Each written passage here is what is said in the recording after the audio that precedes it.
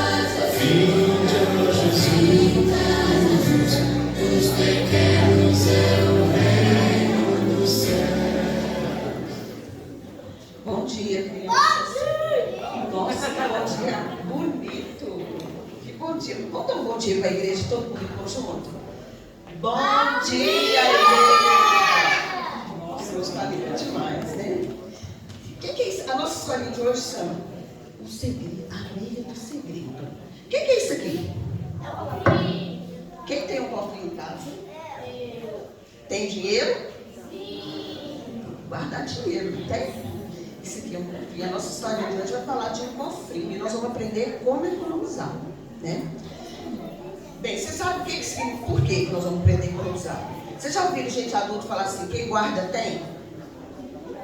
Já? Quem guarda tem, não tem? Pois é.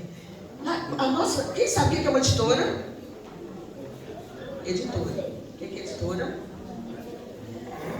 Que faz livros, revista, né? E na nossa igreja tem uma editora que chama Casa Publicadora, não é? E a primeira casa publicadora que surgiu foi lá na casa da nossa irmã Ellen White. Muito bem, lá na casa de Ellen White e do marido dela, Tiago, né? E lá eles tinham uma situação muito difícil, era uma casa muito antiga. E para eles fazerem as revistas, eles não tinham muitas coisas, não tinham papel, não tinham muito dinheiro, não tinham muita coisa. Então, o que o Tiago fez? Foi lá e comprou umas cadeiras. As cadeiras eram cada uma de um jeito, comprou 10 cadeiras, mas as cadeiras eram todas diferentes. E sabe como que ele fez a mesa para ele poder cortar as revistas? Ele pegou uma tábua, colocou 2 barris assim, um do lado e do outro, e ali que era a mesa deles. E lá, o pessoal que trabalhava lá não tinha salário, porque não tinha dinheiro para pagar. Então o pessoal morava na casa e trabalhava a troco de alimento e da morada, entendeu? Mas todo mundo trabalhava feliz. Por que eles trabalhavam felizes? Porque eles estavam fazendo alguma coisa para Deus, né? Então eles eram muito felizes. E ele não tinha muita ferramenta, muita coisa. Então, para ele cortar uma revista, hoje tem as guilhotinas, as máquinas são até mais modernas, mas na época era guilhotina. E ele não tinha guilhotina para cortar a revista, para ficar toda certinha, bonitinha. Então, sabe como que eles cortavam? Com canivete. Imagina. E para costurar a revista, não tinha como fazer para ficar certinha, bonita assim. Eles costuravam uma revista, uma a uma. Então, era muito difícil. E um dia Ellen White viu que o Tiago estava muito triste, muito preocupado. E ela então foi perguntar para ele, o que está acontecendo? Por que você está tão triste? Ele falou assim, olha, eu comprei um papel, vou precisar de mais papel, não tenho dinheiro para pagar o que eu já comprei, ainda preciso de mais papel. E ele estava muito preocupado, sabe como que ele ia conseguir. Aí Ellen White saiu despensa dela, abriu a porta, atrás da porta, sabe o que ela encontrou? Uma meia pendurada. Tinha uma meia preta pendurada. E ela chegou então, naquela mesa de madeira, você vê isso aqui, ó. Tanto de moeda ali. E eles começaram a contar as moedas. Então eles perceberam que o dinheiro que ela tinha juntado deu para pagar tudo que a despesa que ele ia precisar, ainda sobrou dinheiro. Então, o que é que nós vamos tirar de lição disso aqui? Que se a gente economizar, se a gente for guardando cada dia uma aqui, outra ali, o que é que vai acontecer? Nós vamos ter moedas para a gente poder ajudar alguém, né, que precisar. E também na hora que a mamãe ou o papai precisar, ou então vocês quiserem comprar alguma coisa, vocês também têm dinheiro. Eu lá no escritório eu guardo, eu tenho um cofrinho que fica lá, eu não trouxe ele não. Mas quando alguém lá, bate gente direto no portão, parece que eles já acham lá. E também quando eles descobrem que a gente sempre está ajudando, eles sempre vão bater. Então, o meu cofrinho fica só para ajudar o pessoal que pede. Entendeu? Vamos fazer isso também? Cada um vai ter o seu cofrinho. Quem não tem, quem não pode comprar, faz igual essa aqui, é uma latinha. Pede a mamãe para pegar uma latinha de leite em pó. Aqui, pega a tampinha, faz um buraquinho, pode fazer uma decoração bonita e vocês vão aprender a guardar. E quando vocês forem abrir o cofre e contar o dinheiro, vocês vão fazer o seguinte. Eu tenho 10 moedas de R$1. O que eu vou fazer? Vou tirar uma moedinha de 10 centavos para Jesus. É o meu dízimo. E vou pedir lá na escolinha a tia Rosane, a tia Dayana, para me dar um envelopinho, porque eu vou trazer meu dízimo para a igreja e a minha ofertinha. Aí eu vou falar assim, eu vou tirar 10 centavos para o dízimo e vou tirar 10 centavos. Vou tirar 10 centavos de oferta. Aí quando vocês vão ficar? 80 centavos. Vocês vão tirar só 20 para Jesus, vai ficar 80 centavos.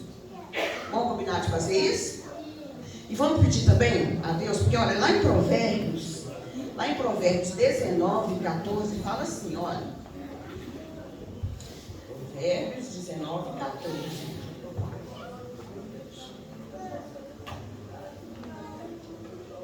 Diz assim, olha, a casa e os bens vêm como herança dos pais, mas do Senhor a esposa prudente. Então vocês vão agora, desde agora que vocês são pequenininhos, pedir ao papai e à mamãe para darem a vocês, e pedirem a Jesus, pedir ao papai e à mamãe para orarem para vocês, pedir a Jesus para terem uma esposa, um esposo prudente, fazer igual a Ellen White fez. Ela guardou e na hora que precisou ela tinha. Então vamos orar para isso? Vamos orar? Quer orar?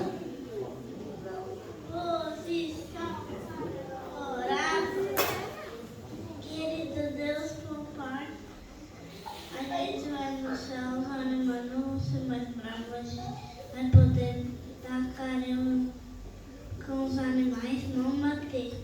A gente vai ser boazinho lá, não vamos falar palavrão, não vai ter casa pra gente morar, vai dar para dormir e para descansar. Amém. Então vamos sentar no nosso lugar, ficar bem quietinho, né, papai e mamãe, prestar atenção no culto de agora.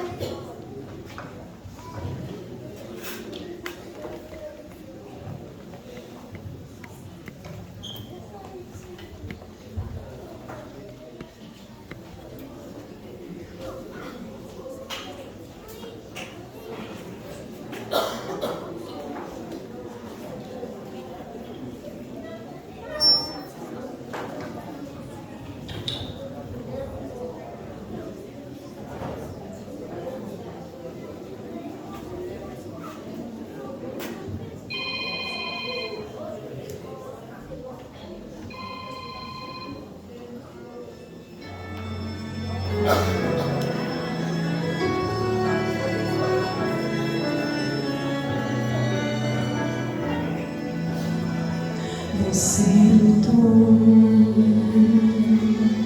com as suas próprias forças, mas não deu. Derrotado pelo mundo, se perdeu. Já não tinha mais fé, mas eu te vi. Lá no fundo, lá sozinho, te chamei. E agora que você já me ouviu,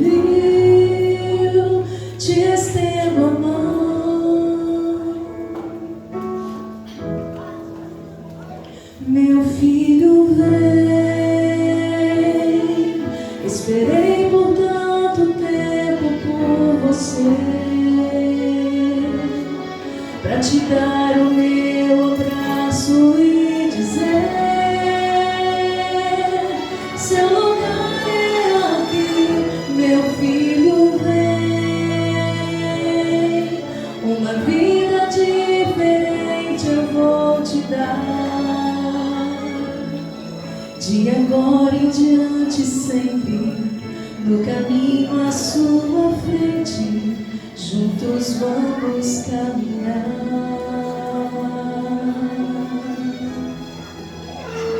Meu filho, vem.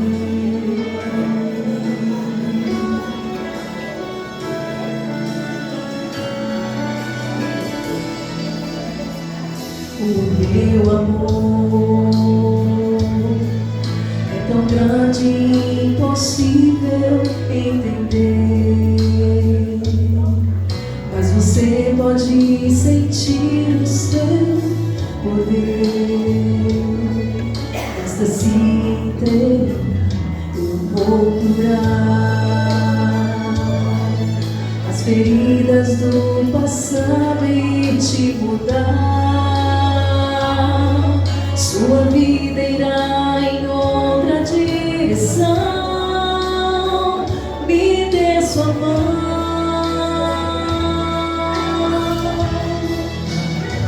meu filho, vem. Esperei por tanto tempo por você, pra te dar o meu abraço e dizer: seu lugar é aqui, meu filho, vem. Uma vida diferente eu vou te dar, de agora em diante sempre, no caminho à sua frente, vamos juntos caminhar.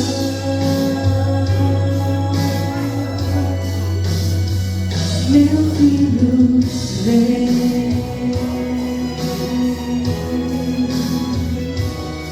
Juntos vamos caminhar. Meu filho, vem.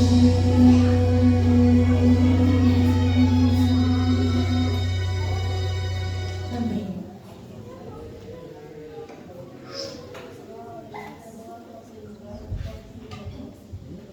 Bom dia, igreja. Feliz sábado. Que a graça do Senhor Jesus esteja com todos nós nesta manhã. Estou aqui me segurando para não falar boa noite. É o hábito. Então, boa noite a noite inteira. Chega no sábado, fala boa noite. É você? Eu não sei se eu falo graças a Deus ou se eu falo infelizmente, mas no final de semana chegou, né? Infelizmente, porque eu gosto de pregar, mas felizmente porque eu estou querendo ir para casa. Tem uma costelinha fazendo falta aqui já. Eu quero ir para casa. Irmãos, durante toda essa semana nós aprendemos algo muito importante para a nossa vida espiritual, que é a importância de ter uma vida de oração. De oração. Nós vimos a importância de nós orarmos sozinhos. Tem momentos a sós com Deus. Mas hoje Deus deixou para você vai deixar uma mensagem especial para você. Ele vai nos ensinar e vai nos apelar para que possamos fazer orações juntos, como igreja. E quando isso acontecer na nossa vida, milagres vão acontecer na igreja de Conselheiro Lafayette. Eu tenho preparado esses sermões há muito tempo sobre oração. E eu fui para São Paulo e eu achei que eu ia fazer isso lá. E disse: não vai ser em São Paulo. São Paulo vai ser outra mensagem. E ele disse que é para Lafayette. Eu acredito que Deus está querendo começar um revivamento nessa igreja, para que através dessa igreja outras igrejas também sintam vontade de passar por um revivamento. No ano de 1857, mais precisamente no dia 23 de setembro, na igreja da Rua Front, no centro da cidade de Nova York, um jovem chamado Jeremias começou a atuar como missionário a fim de alcançar homens de grandes negócios da cidade.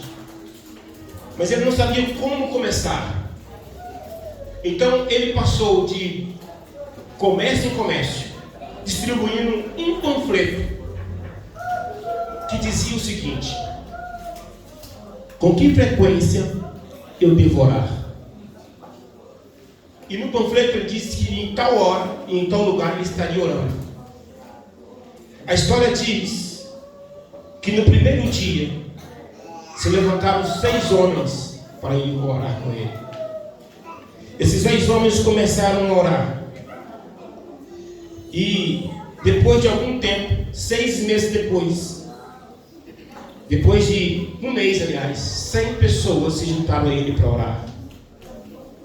6 meses depois, 50.000 pessoas estavam reunidas com ele em oração, em várias partes da cidade. Fábricas tocavam sirene do almoço às 11h55 para liberarem então os seus funcionários para que eles procurassem a igreja mais próxima para orar. E às 13h05 tocaram para que eles voltassem de volta ao seu emprego. Em fevereiro de 1858, as conversões só na cidade de Nova York atingiram uma taxa de 10.000 pessoas por semana. Reportagens de jornais de toda a Nova Inglaterra revelaram que não havia adulto inconverso em muitas cidades. As estimativas são de que o revivamento de 1857 a 1859 levou mais de 1 milhão de pessoas à conversão nos Estados Unidos. Um revivamento que começou com quantas pessoas? Um jovem de Conselheiro Lafayette. Deus aposta muito em você. Você não tem noção do que Deus pode fazer através da sua história, se você começar a viver uma vida de oração. Mas o revivamento não parou por ali. Uma pesquisa recente mostrou que esse revivamento da reunião de oração, como ficou conhecido, causou impacto de forma global. Embora sem uma organização central, o despertamento se espalhou por dezenas de cidades da costa leste, no sul e na fronteira oeste, bem como no Canadá, Irlanda, Império Britânico, Jamaica, sul da Índia, China, Japão, Indonésia, Uganda, África do Sul, Alemanha e Ucrânia. Influenciou dezenas de pastores e funcionários e revolucionou a vida de milhares de jovens universitários em todo o mundo. Eu e você não temos noção, não tínhamos noção do que Deus pode fazer, mas durante essa semana percebemos que Deus está desejoso de fazer milagres através dos seus filhos. E eu gostaria que você abrisse a sua Bíblia nesta manhã, no livro de 2 Crônicas, capítulo 7. E só de falar em 2 Crônicas, capítulo 7, você já até sabe qual o verso que eu vou ler. Por isso que o tema de hoje está intitulado Se o meu povo orar. O que acontece quando a igreja se une em oração? Qual é a promessa de Deus? Promessa essa que eu e você podemos reivindicar diante do trono da graça. Quando essa igreja começar a se juntar para períodos de oração, elas têm o direito de pegar essa promessa que o Senhor prometeu, que se nós nos reuníssemos para orar, o Senhor cumpriria. Então nós pedimos que o Senhor cumpra a sua parte, porque a nossa nós já estamos fazendo. 2 Crônicas, capítulo 7, verso 14. Todos acharam? Quem achou, diga amém. Quem não achou, misericórdia. Tem gente pedindo misericórdia ainda.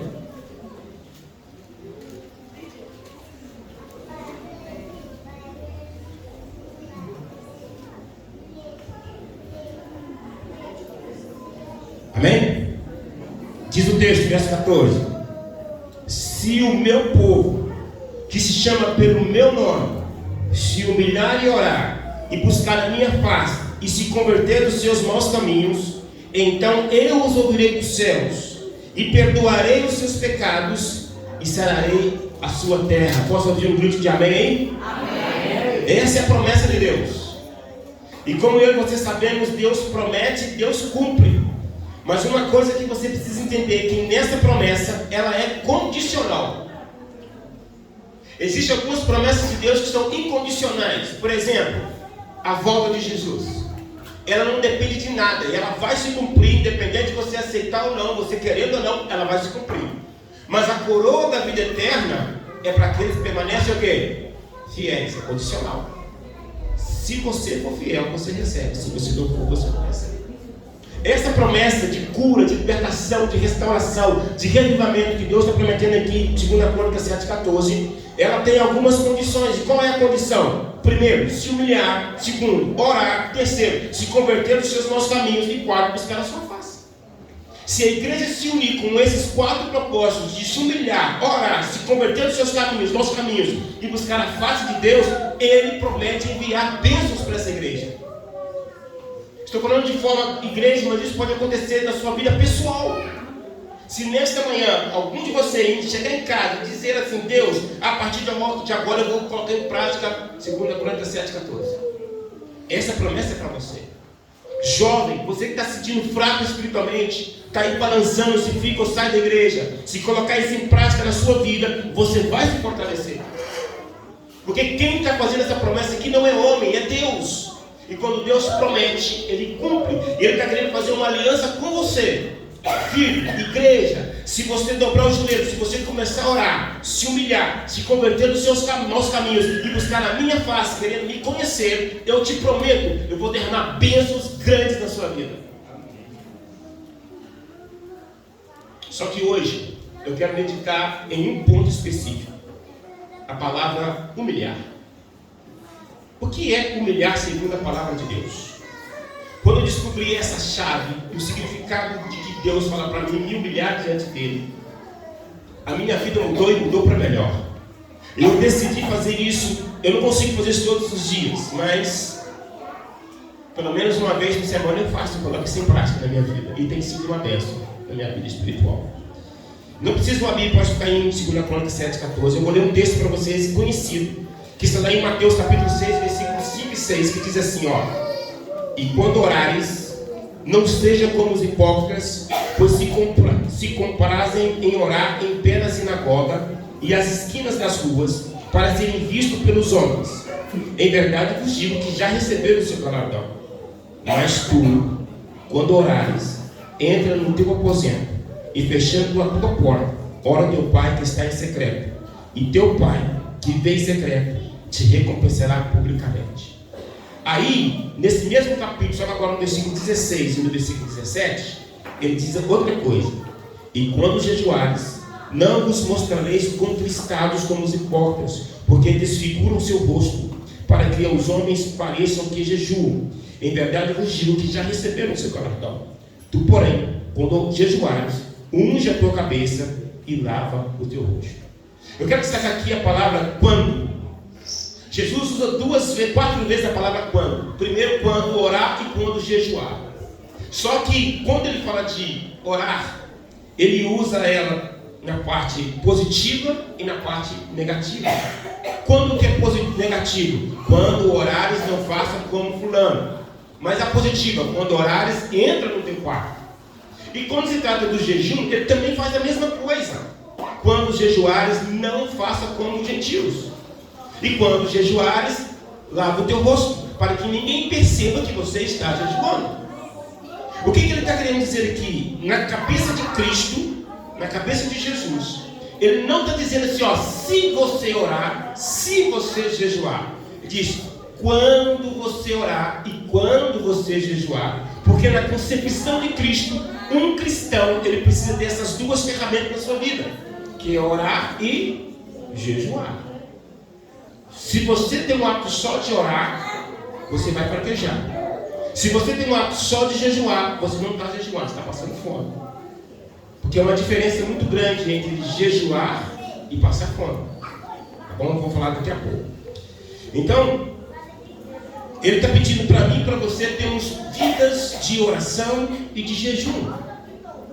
E John Wesley disse em seu diário o seguinte: estou convencido de que se o cristão que entendeu a necessidade de jejuar e não pratica o jejum, ele vai se desviar da fé com a mesma probabilidade que aquele que entendeu que precisa orar e não ora. Para John Wesley, orar e jejuar estão de mão dadas. Não tem só como você orar.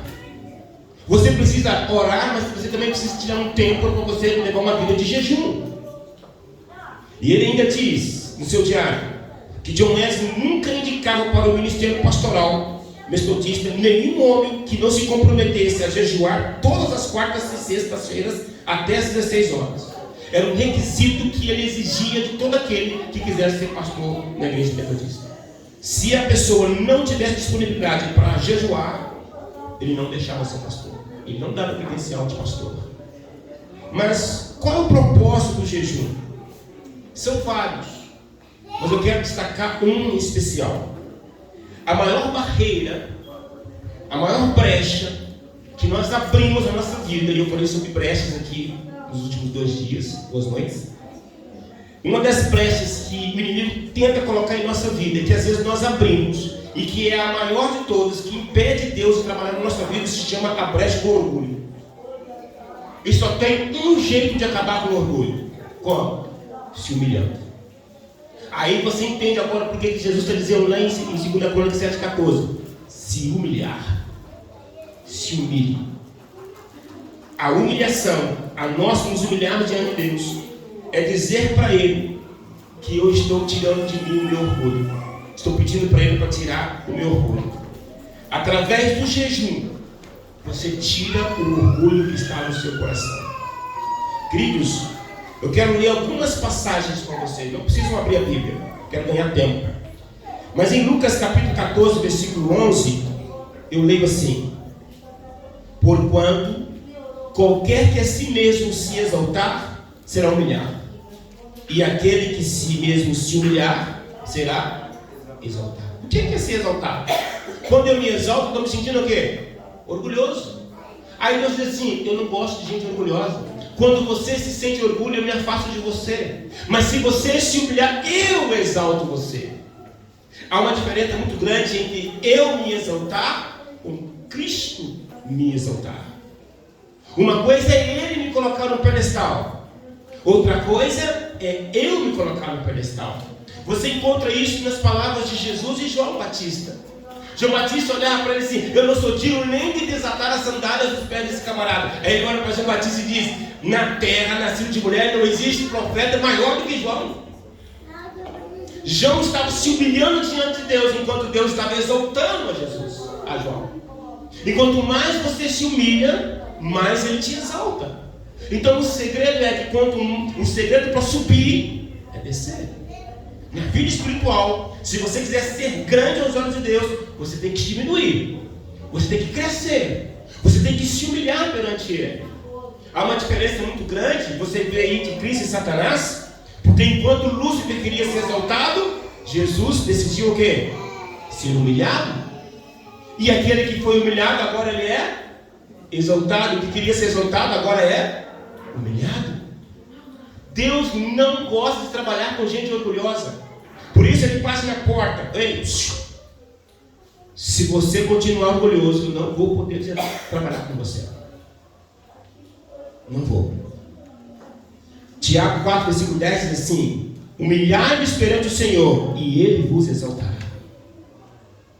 Quanto mais a igreja se humilhar diante de Deus, em grupo, ou de forma individual, mais ela será exaltada. Não pelo poder dela, mas pelo poder do Espírito Santo que vai atuar nela. 1 Pedro 5, versículo 6 diz assim: humilhai-vos, pois debaixo da potente mão de Deus, para que a seu tempo Ele vos exalte. É Deus que nos exalta. Mas para que isso aconteça, eu preciso me humilhar diante dele. Mas olha o que diz aqui no versículo 5: semelhantemente, vós jovens, sede sujeitos aos anciãos, e sede todos sujeitos uns aos outros, revestidos de toda humildade, porque Deus resiste ao soberbo, mas dá graça aos humildes. O salmista diz que Deus enxerga os orgulhosos de longe. E Pedro diz para mim que quando ele vê o soberbo de longe, o orgulhoso chegando, ele empurra, ele rejeita. Imagine como que o orgulhoso se aproximando e Deus empurrando com a mão, dizendo: eu não quero. Agora adivinha quem tem a mão mais forte? O orgulhoso chega com seu dízimo e com sua oferta e diz: eu não aceito. A igreja aceita, porque a igreja não pode ler o seu coração, o meu coração. Mas a sua oferta não chega aos olhos de Deus, agradável aos olhos de Deus, porque no coração tem orgulho. Pessoas orgulhosas não agradam ao coração de Deus. Então qual é a fórmula que Deus criou para acabar com o orgulho no nosso coração. Eu gostaria que você abrisse a sua Bíblia no livro de Salmo, capítulo 35. Vamos ver algumas passagens aqui, para que nós possamos entender como que Deus tira o orgulho do nosso coração. Como que nós nos humilhamos perante o Senhor Jesus. Salmo capítulo 35.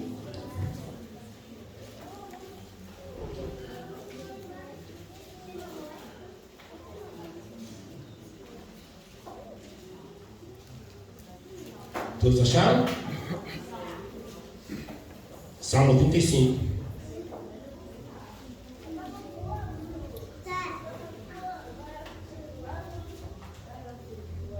Algumas traduções estão diferentes da minha, mas a minha diz assim, Salmo 35, 13.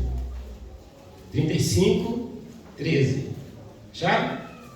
Mas, quanto a mim, quando estava enfermo, as minhas vestes eram o saco. Humilhava a minha alma com jejum, e a minha oração voltava para o meu ser. Como que o salmista diz que ele se humilhava diante de Deus? Através do quê? Do jejum. Agora você entende em 2 Crônicas 7,14, diz assim, se meu povo se humilhar. Em outras palavras, está dizendo o quê? Quando o meu povo começar a praticar o jejum. Através do jejum, nós nos humilhamos perante o Senhor Jesus. Ouvi alguém dizer uma vez que sobre a importância do jejum, e ele decidiu fazer um jejum de 12 horas, da manhã até a noite. E ele disse que foi um dia horrível, porque ele foi tentado de todos os lados, desde a manhã até a tarde. Toda hora ele sentia cheiro de comida, toda hora alguém aparecia para ele, oferecendo algo para ele comer, e o estômago dele revirando, querendo comida, e ele passou um bocado. Então à noite ele olhou para o seu estômago e disse assim, estômago, hoje você me deu uma boa dor de cabeça, mas para mostrar a você quem manda, amanhã eu vou jejuar de novo. Olha, queridos, o estômago é um maravilhoso servo, mas ele é um péssimo patrão. Não é à toa que diz o ditado aí, o peixe morre pela boca.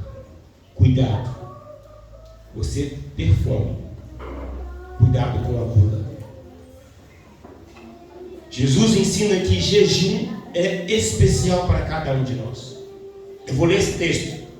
Levítico capítulo 16, verso 29 ao 31, que fala do dia do Yom Kippur, o dia em que o povo se reunia diante da presença de Deus para fazer limpeza espiritual em todo o acampamento de Deus. E olha o que diz o texto.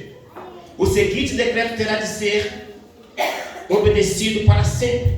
No 10º dia do 7º mês, vocês jejuarão. Ninguém trabalhará nesse dia, nem os israelitas, nem os estrangeiros que moram no meio do povo. Ou seja, cada um fará exame de consciência, exame sério com um espírito humilde, porque naquele dia será realizado um sacrifício para obter o perdão dos pecados, para purificá-los. Então, perante o Senhor, vocês estarão puros de todos os seus pecados. Portanto, este é sábado de descanso solene, quando vocês se humilharão perante mim. Esta lei é permanente. Deus queria que o povo se humilhasse perante dele. E qual é a forma que Deus usou para eles se humilharem? Jejum.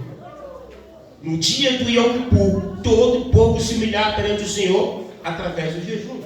E o que é jejum? Jejum não é simplesmente você ficar sem comida. Isso não é jejum. Isso é passar fome. Só isso. Para ser jejum, esse período que você deixa de comer, de se alimentar algo, ele precisa estar acompanhado de leitura da palavra de Deus, louvor e muita, mas muita oração. Isso é jejum. É o básico do jejum. Isaías traz uma lista de jejum para nós, que eu não vou entrar em detalhes hoje.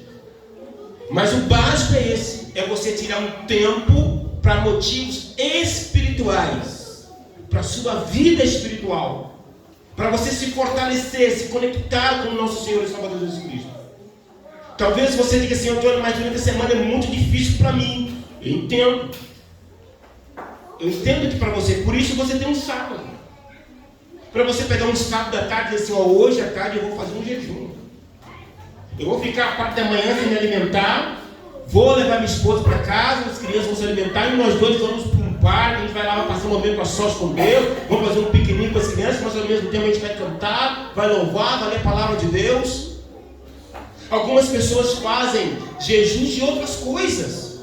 Tem pessoas que fazem jejum de novelas, fazem jejum de filmes, fazem jejum de alguns certos tipos de alimento que podem ser feitos durante a semana. Você não precisa ficar preso simplesmente em não comer nada. Tem gente que faz jejum só de açúcar. Uma amiga minha me ligou enquanto estava aqui na Praia de Antônio. Essa semana eu estou jejuando só de açúcar, porque eu sou viciado em açúcar. O outro falou assim comigo, eu tenho que fazer de salgado, porque eu sou doido com salgado, eu não posso comer salgado, quero devorar tudo. Cada um com a sua luta.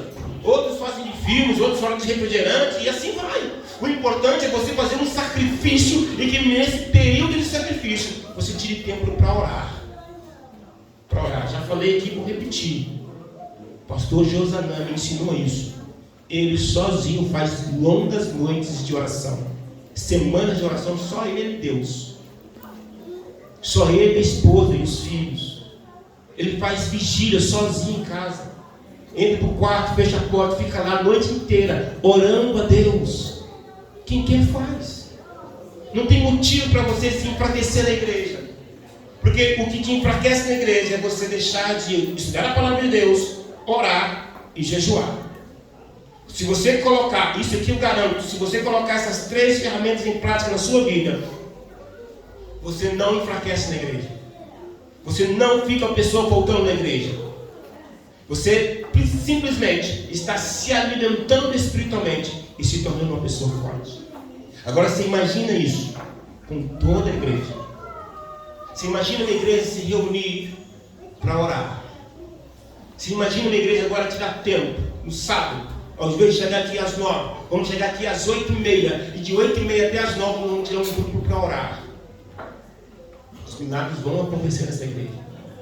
Ao estourar a guerra, ele percebeu como que aquela guerra iria prejudicar a obra missionária em todo o mundo. E decidiu então se reunir com seus alunos para orar e jejuar. Era um grupo mais ou menos de 100 pessoas, contando com os alunos e os funcionários da escola. Ao longo de toda a guerra, esses homens se dedicavam todos os dias a um período de oração, das 19 horas até a meia-noite. Todos os dias, ininterrupto, durante o período da guerra. E em todos os dias, 1 hora de oração pela manhã e ao meio-dia. Algumas vezes eles oravam e jejuavam o dia inteiro. Faziam vigílias várias vezes durante a semana. E em suas orações, ele fez 4 pedidos para Deus. Quais foram os 4 pedidos? Que Hitler não conseguisse invadir a Grã-Bretanha. Segundo, que Hitler não atacasse o Egito e conquistasse Alexandria. Terceiro, que Hitler não conseguisse derrubar Moscou. E 4, que Hitler não fosse bem sucedido em seu ataque em Stalingrado. Orando, quando terminou a Segunda Guerra Mundial, o general J.R.C. Führer, comentarista militar de Hitler, publicou um artigo intitulado Os 4 erros de Hitler. Primeiro, não conseguiu invadir a Grã-Bretanha. Segundo, não atacou o Egito para conquistar Alexandria. Terceiro, não invadiu e derrubou Moscou quando teve a chance. E quarto, ele foi derrotado em Stalingrado. Poder de um grupo de homens. 100 homens mudaram a história do mundo com suas orações. Você ainda tem dúvida do que Deus é capaz de fazer com essa igreja, se ela se unir em oração e jejum? Você acredita que Deus pode fazer milagres através dessa igreja, para operar milagres nessa cidade? O plano de Deus é impactar essa cidade, mas para que isso aconteça, alguém, alguma igreja, precisa passar por um revivamento. E adivinha qual igreja Jesus começou? Adivinha qual igreja ele escolheu aqui, igrejas? Você e a mim. Ele chamou essa igreja, ele está chamando essa igreja para um revivamento. É a oportunidade de mudar de vida. E eu quero terminar aqui com uma promessa de Deus para a sua vida.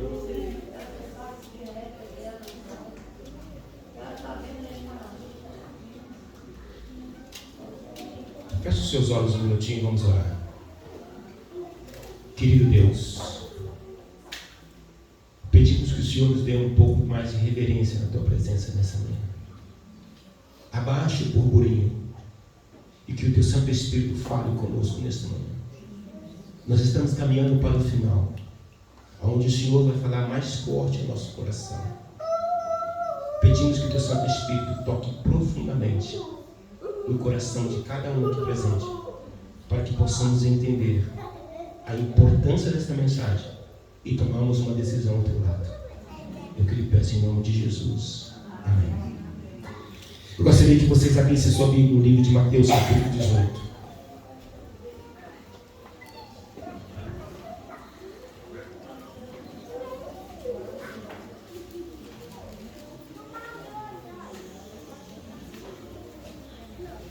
Nesse momento, Deus quer falar com você da autoridade que Ele revestiu nessa igreja, para que você não tenha dúvida do chamado de Deus para você. Eu quero que você leia comigo o versículo 19. Mateus 18, 19 diz assim: também vos digo que, se 2 de vós concordarem na terra acerca de qualquer coisa que pedirem, isso lhe será feito por meu Pai que está no céu. Porque onde estiverem 2 ou 3 reunidos em meu nome, ali eu estarei presente. Igreja de Conselheiro Lafayette, Deus está revestindo essa igreja de autoridade para pregar o Evangelho. Essa promessa também é condicional. Tem que se reunir com um propósito em comum. Eu vou usar o exemplo aqui de um casal. Se o homem, o sonho dele é comprar um carro, e se o sonho da mulher é comprar uma casa, eles estão em acordo? Não. Deus diz assim: não tem bênção não. Mas se os dois concordarem, olha, vamos comprar a casa primeiro, depois a gente compra o carro, aí eu assino embaixo. Ele está dizendo para essa igreja, no dia que vocês se reunirem para fazer um trabalho evangelístico, e todo mundo trabalhar com o mesmo propósito, cada um no seu objetivo, cada um no seu campo, cada um no seu quadrado, mas com o mesmo foco, que é salvar pessoas, eu apoio vocês. Pode apresentar o projeto na comissão, pode apresentar diante de mim, que eu assino embaixo e eu derramo as bênçãos.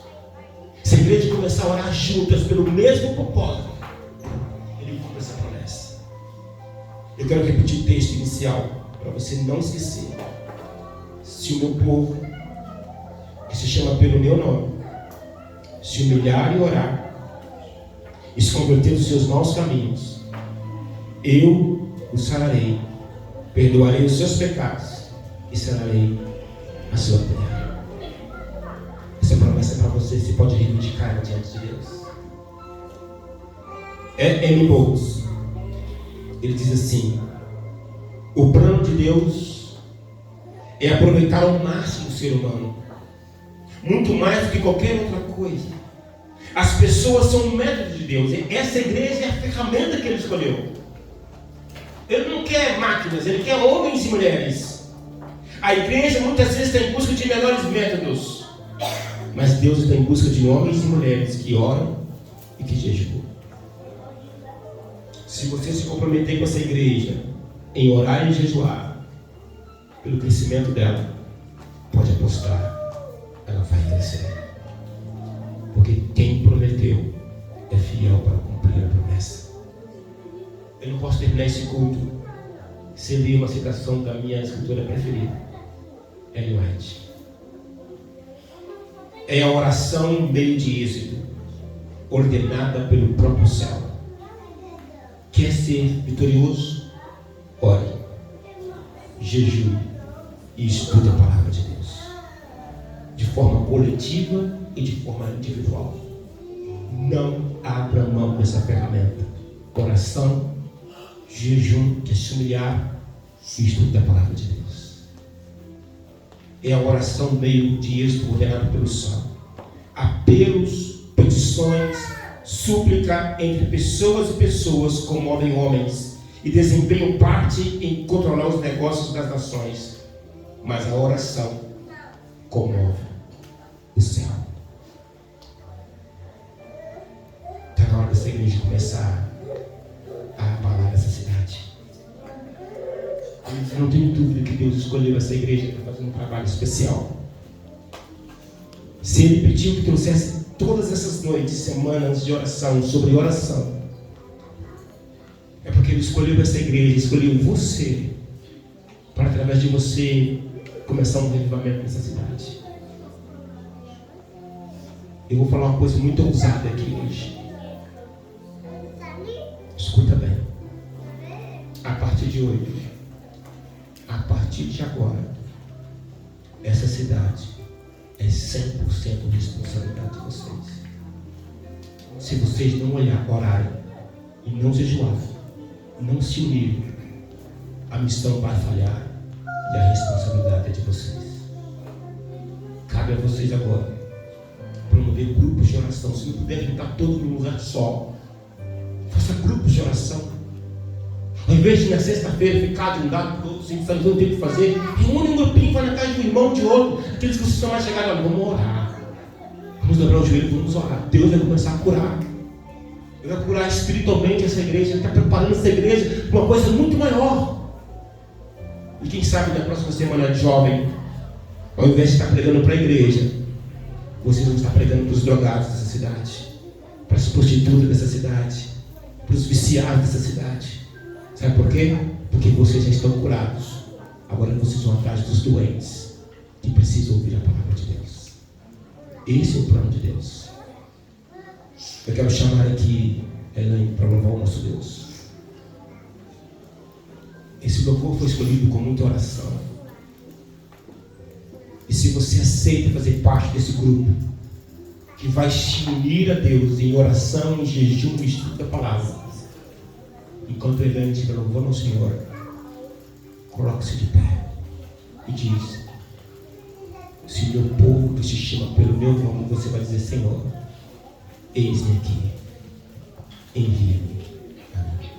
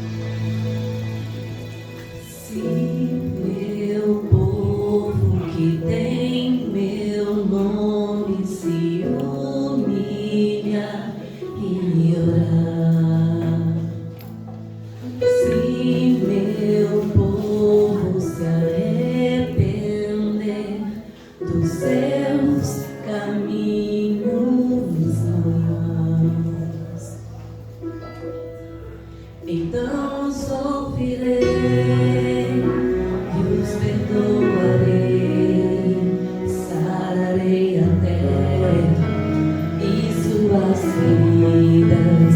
Eu me levantarei para os defender, defenderei o povo que leva o meu nome.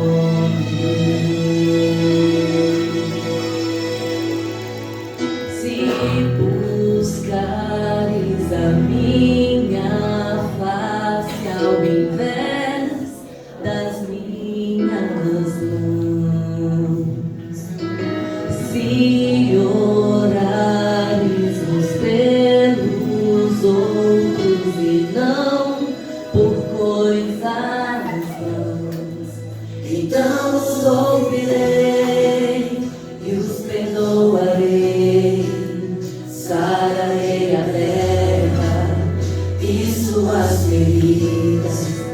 Eu me levantarei para os defender, defenderei o povo que leva o meu nome.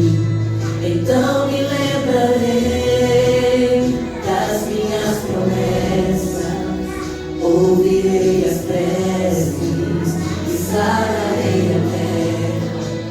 Poder querer de novo, ainda nesse tempo, como um só povo que pede por renovo.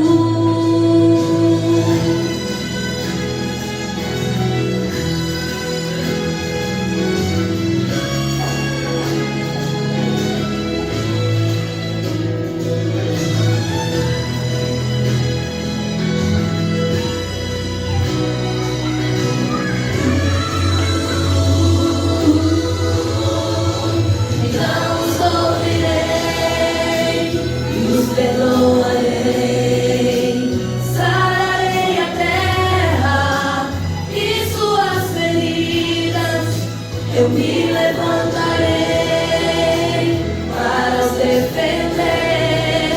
Defenderei o povo que leva o meu nome. Então me lembrarei das minhas promessas. Ouvirei as preces e sararei a terra. Servirei de novo, ainda nesse tempo, como um só povo que pede por renovo.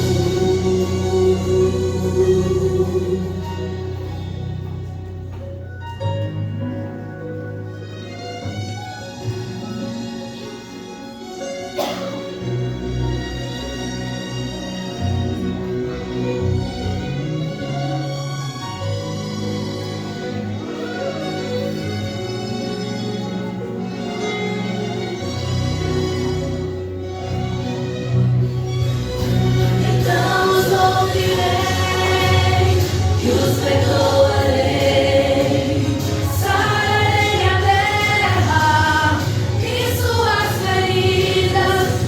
Eu me levantarei para os defender. Defenderei o povo que leva o meu nome. Então me lembrarei das minhas promessas. Ouvirei as preces e sararei a terra. Os servirei de novo, ainda nesse tempo, como um só povo que pede por renovo. Em nome de Jesus.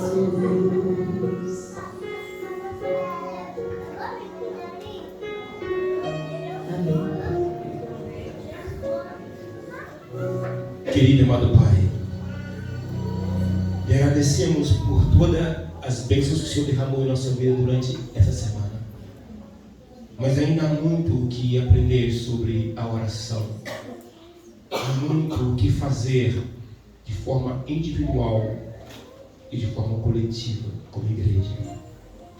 Mas de início, pedimos que o Senhor primeiro nos perdoe pela nossa negligência espiritual, porque também nós não sabíamos de tanta coisa que aprendemos durante essa semana. Como diz a tua palavra, que o Senhor não leva em conta o tempo de ignorância, nós possamos nos sentir confiantes no seu perdão. Mas é que a partir de agora, ninguém aqui mais tem desculpa para não viver uma vida de oração. Diante de qualquer problema que estiver enfrentando, a pergunta que será feita é: você está orando? Você está jejuando? Você está estudando a palavra de Deus? Para que a resposta seja um sim. Para que nós possamos entender que a dificuldade está vindo pelas mãos do inimigo, porque as pressas estão fechadas. Mas, Pai querido, a tua palavra diz que se nós nos humilharmos perante ti, em oração, buscando a sua face e nos arrependendo dos nossos maus caminhos, o Senhor nos ouvirá, perdoará os nossos pecados e sarará a nossa vida. Por isso, nesta manhã, pedimos o cumprimento dessa promessa na vida de cada um aqui, especialmente da tua igreja. Separe grupos de oração, Pai. Levante homens e mulheres, adolescentes, jovens, que comecem um grupo de oração para orar pelo derramamento do Espírito Santo e que esse derramamento possa impactar outras pessoas dessa igreja. E que quando eu souber que tenha vários grupos de oração, pessoas buscando o teu poder, buscando a sua presença, e que o Senhor possa derramar as tuas bênçãos, trazendo visitas, trazendo pessoas para estudar a tua palavra, abrindo portas aonde parece impossível de penetrar, mas que a tua palavra vai entrar e vai fazer a diferença. Que os evangelismos da igreja possam crescer e produzir frutos maduros. Que as pessoas que estão fracas espiritualmente possam, através da oração, do jejum, da palavra de Deus, se fortalecer e se tornar uma bênção na vida de outros. Nos dê um sábado deleitoso em tua presença. É que nós lhe pedimos em nome do Senhor Jesus Cristo. Amém. Dá um abraço na pessoa do seu lado e deseja para ela um renovamento espiritual guiado pelo Espírito Santo de Deus.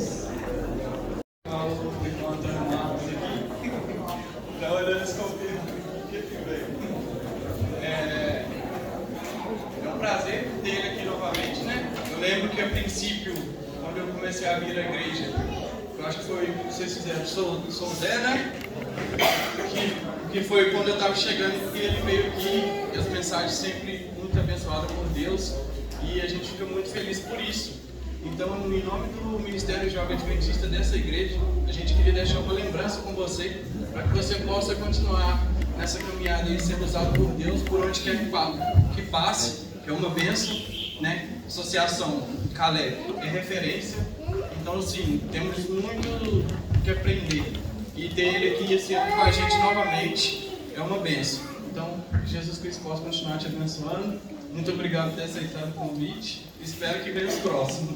Então, eu queria estar deixando aqui uma lembrança em nome do Ministério Jovem Adventista dessa igreja, tá bom? Igreja, nem precisava, mas obrigado. Eu não vou dispensar não, tá? Presente é sempre bem-vindo. Estou feliz por ter vindo. Infelizmente a minha esposa não pôde vir, mas deixou um abraço para vocês. E já sabe o apelido, né? Chamou, chegou. Estou pedindo para abrir aqui. Curioso, né? Ó, gente, uma xícara, com licença. Uma xícara do Ministério Jovem. Em casa tem uma guerra. Coleção de xícara de um lado, coleção de xícara do outro. Quando eu ganho uma, eu não ganho. Eu falo, por que você não trouxe pra mim? Porque eu não ganhei, velho. Só ganhei uma. Mas muito obrigado, tá? Que Deus possa abençoar vocês para a honra e glória do nosso Deus.